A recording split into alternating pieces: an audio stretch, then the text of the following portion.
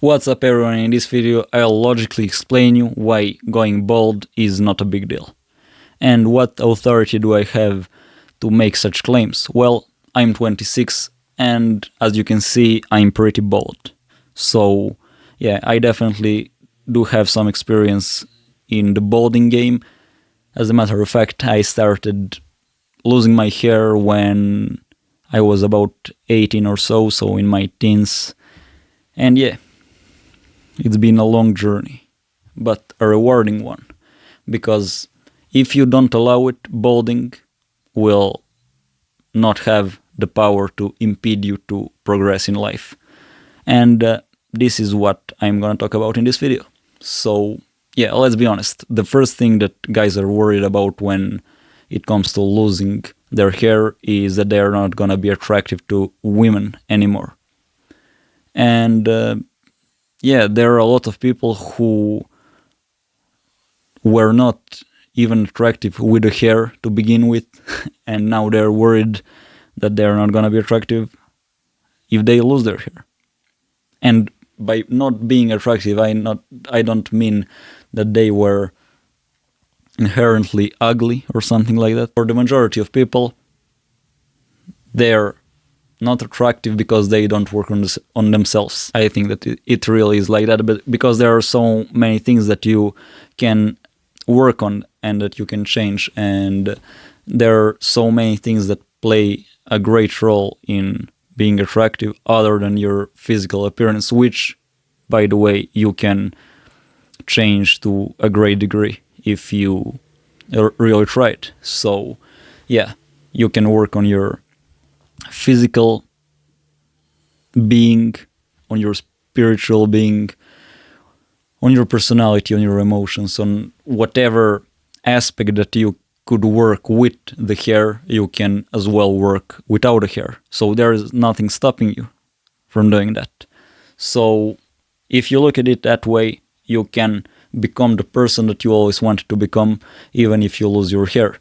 And yeah, that's a great realization, because you see that the reality is that losing your hair, the lack of hair, will not stop you from achieving anything if you don't allow it.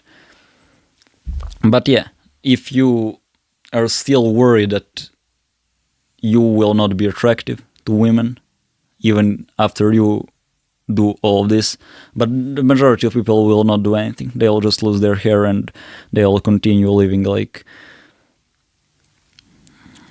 a slug. Like a lazy person, because I don't know. And especially if they lose their hair, because people tend to get depressed by it. But yeah, let me explain with some numbers, with some actual data, that this is not a big deal. So let me see the numbers, because I did my research on this. There are around 2.9 billion women over 18 in the world. But let's be even more conservative with our focus on the age. So let's see how many women are there between 18 and 30, for example. There are around 7.8 million women in the world aged from 18 to 30. If we add to that women in their 40s, then that number goes up to around 1.36 billion women.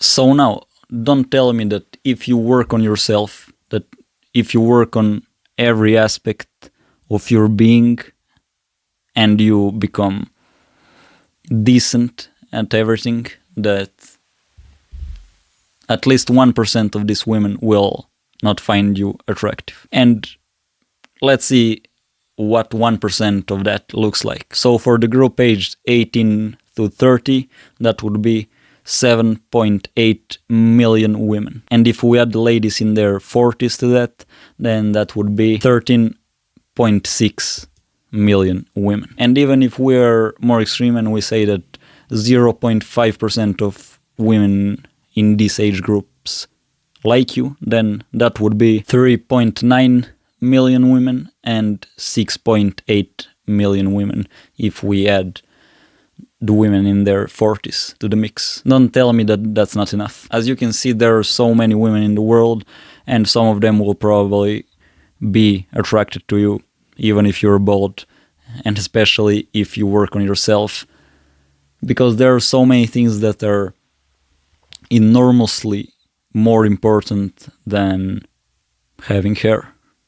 And some women will recognize that. So after debunking this myth with facts and logic, let's proceed to another thing that's important for a lot of people, and that's their career. So yeah, this is even less of a worry, or at least it should be, because for the most careers, being bald means nothing at all. So you can literally pursue any career that you wanted with the hair, even without the hair. So yeah, it doesn't matter really if you have hair or not for that part, for that aspect of your life, except if you always wanted to be like a hair model or something like that, someone in the hair industry. It will only impede you to achieve your dream career if it's in some very specific, obscure niche. So yeah, when it comes to this aspect of your life, there's nothing to worry about. Just follow the path that you always want to follow. And yeah, even when it comes to modeling, which is an industry that favors people with full heads of hair, generally, there are some models that are bald. So there's nothing to worry about. And I guarantee that the majority of people who watch this will not even consider these options as something that they want to pursue and do for a living. So yeah, if you're in that, I don't know, 0.1% of people who want to do these jobs, then I don't know what to say to you. Of course, you can always change the course of your life by doing something else, but yeah, this is for the majority of people. There will always be some specific cases that are harder to deal with, but yeah, there is always a way to move forward. Of course, I do recognize that a big part of dealing with going bald is emotional. So yeah, I do really know how that feels, but I think that the first step in overcoming that is to see things clearly, to see things with logic, and then I think that that will allow you to see things as they truly are, and then when you have that clear picture, then you start working on the things that you can control, and then little by little you will get used to it and you'll accept it and you'll embrace it, because you will realize first logically, and then with time I also think emotionally that going bald is not a big deal and that you can do absolutely everything that you ever wanted with your life, with hair or without it. I think that it's sad really that we should even talk about this, but yeah, there are a lot of people who really struggle with that emotional damage that they allow themselves to be subject to when they start losing their hair.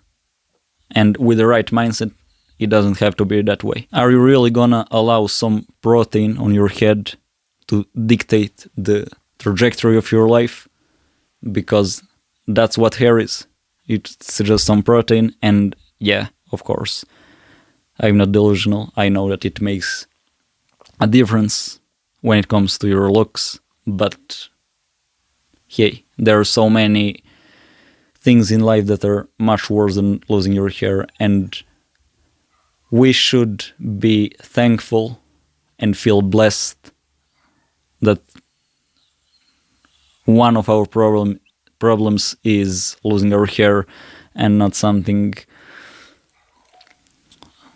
a lot worse, like not having what to eat, not having clear water, not having a roof over our heads or whatever. We should be thankful and do our best to accept our situation in the best way possible and don't allow it to dictate how we're gonna live our lives.